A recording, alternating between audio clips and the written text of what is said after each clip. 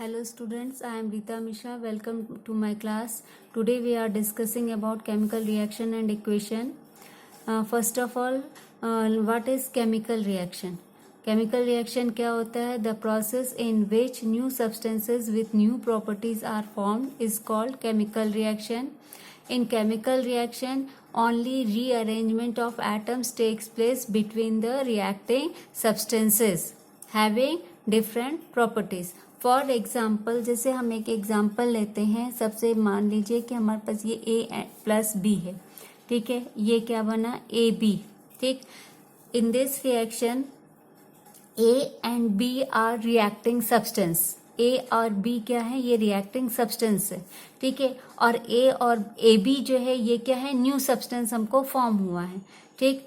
अब यहाँ पर जो केमिकल रिएक्शन, इन दोनों के बीच में कुछ केमिकल चेंजेस होंगे तो जाकर के हमको ये सब नया सब्सटेंस जो है हमें ये फॉर्म होता है, ठीक है। अब इसमें हमको ये देखना है कि जो है कि पहले तो मैं उससे कि इनके ए और बी जब रिएक्ट करते हैं तो इनके बीच में बॉन्डिंग क्या रहती है, वीक बॉन्डिंग रहती है, वो ब्रेक हो जाती है तो हमको नया सब्सटेंस मिल जाता है।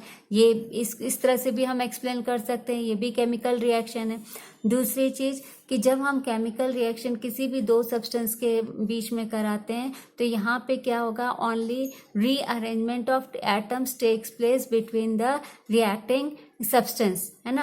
रिएक्टिंग सब्सटेंस में इनके में जो नंबर ऑफ एटम्स जो भी है इनका, जो हमको ये नया सब्सटेंस मिलेगा तो एटम्स चेंज नहीं होंगे, ठीक है, एटम्स वही के वही रहेंगे, सिर्फ हमको सब्सटेंस क्या होगा, नया मिलता है, ठीक है ना। Only rearrangement of atoms takes place in chemical reaction. क्या हम लिख सकते हैं, during chemical reaction, during chemical reaction, atom of one element do not change, है ना, उसका एलिमेंट का एटम जो है चेंज नहीं होता है, ठीक है। Do not change into those of another element, do not change into another element, ठीक है, but only rearrangement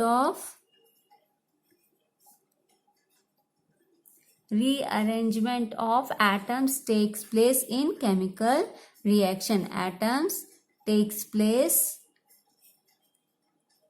in chemical reaction, ठीक है ना।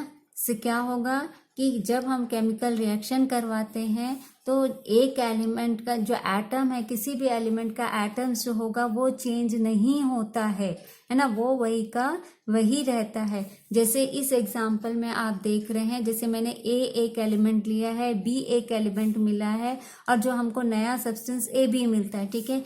ए एलिमेंट में जितने नंबर ऑफ एटम्स हैं, है ना, जितने नंबर, मान लो कि small number of atoms A है, इसमें small number of atoms B है, ठीक है। तो इसमें जो ए बी हमको मिला है तो इसमें ए और बी ये स्मॉल नंबर ऑफ एटम्स ये इसमें प्रेजेंट रहेंगे, सिर्फ सब्सटेंस हमको नया मिला है लेकिन हमारा एटम्स का रीअरेंजमेंट हो गया है, ठीक है, एटम्स चेंज नहीं होता है। उसी को हम क्या कहते हैं, केमिकल रिएक्शंस कहते हैं। अब इसमें केमिकल रिएक्शन में दो चीजें होती हैं, दो चीज इन्वॉल्व होती है जो हम इसमें डिस्कस करेंगे। पहला क्या है, फर्स्ट चीज the substance which take part in reaction is called reactant, ठीक है। जो सब्सटेंस रिएक्शन में पार्टिसिपेट करता है उसको हम क्या कहते हैं, रिएक्टेंट कहते हैं। और दूसरा क्या हो जाएगा, the new substances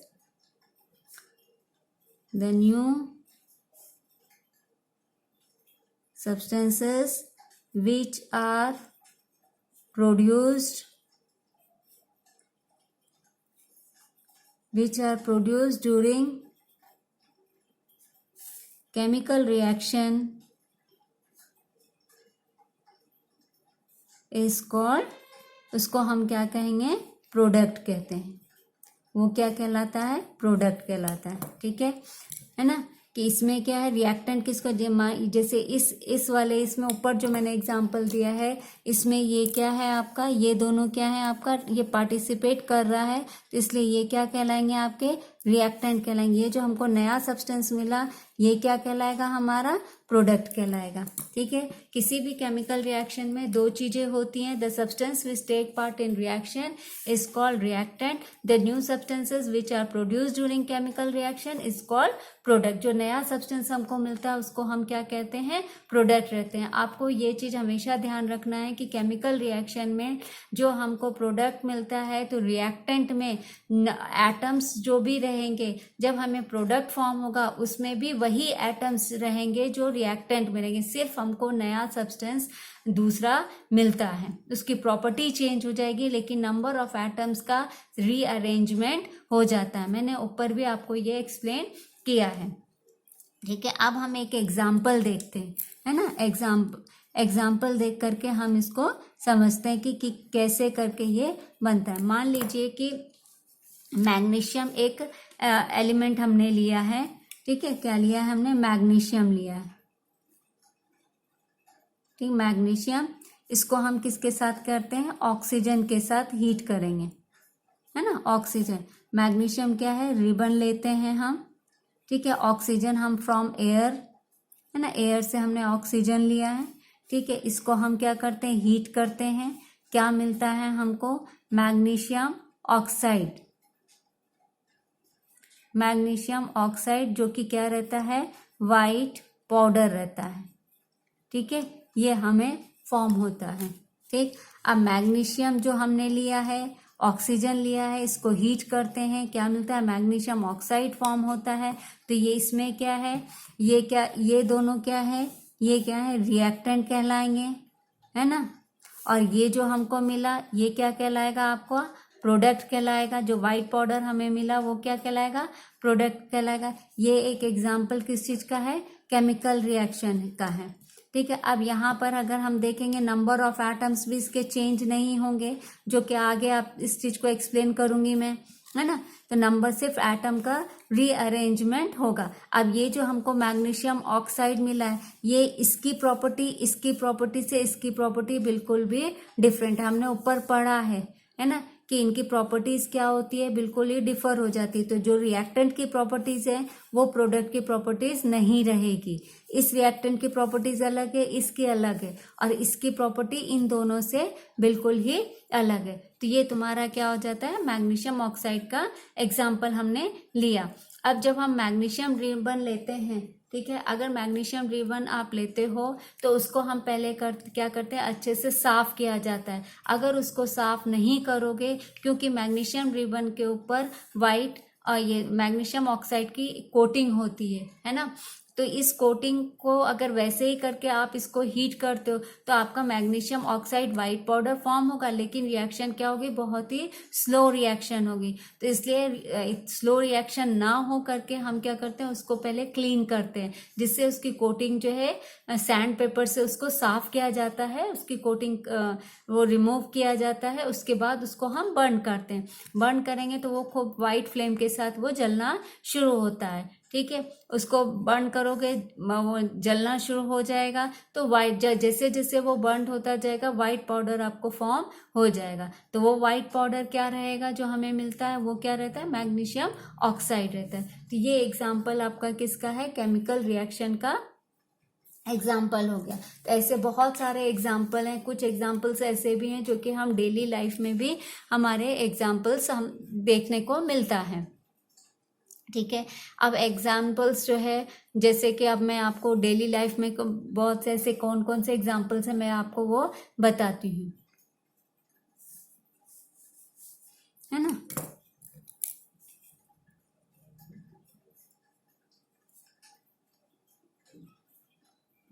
chemical reactions occurred in daily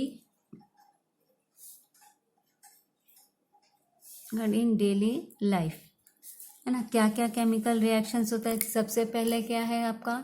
souring of milk, है ना। फर्स्ट एग्जांपल क्या है आपका? Souring of milk. क्या होता है इसमें? सोरिंग ऑफ मिल्क क्या? व्हेन लेफ्ट एट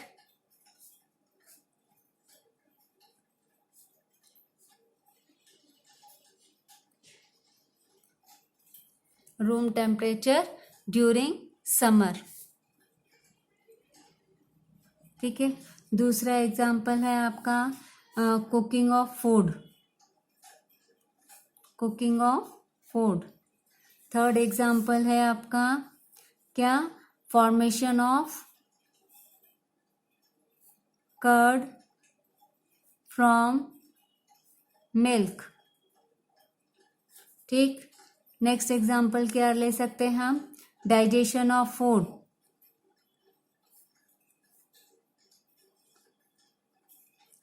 ठीक है।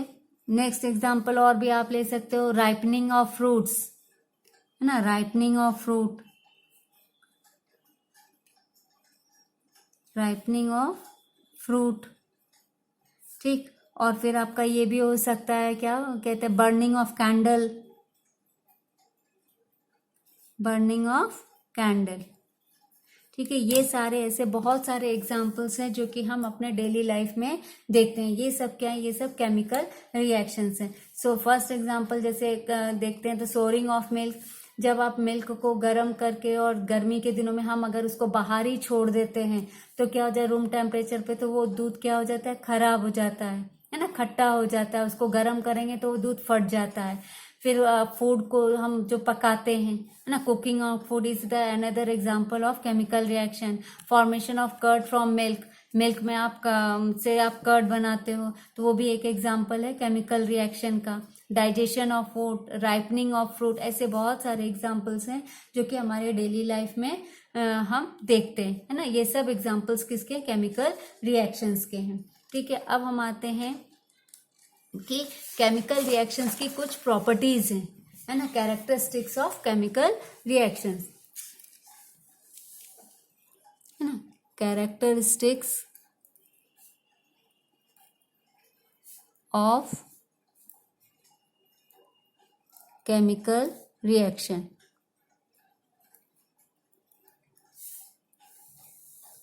ठीक है। Characteristics of chemical reaction. अब इसके कौन कौन से कैरेक्टरिस्टिक्स है? सबसे पहला क्या है कि जब कोई भी केमिकल रिएक्शन में क्या रहता है? फर्स्ट आपका कैरेक्टर है इवोल्यूशन ऑफ गैस,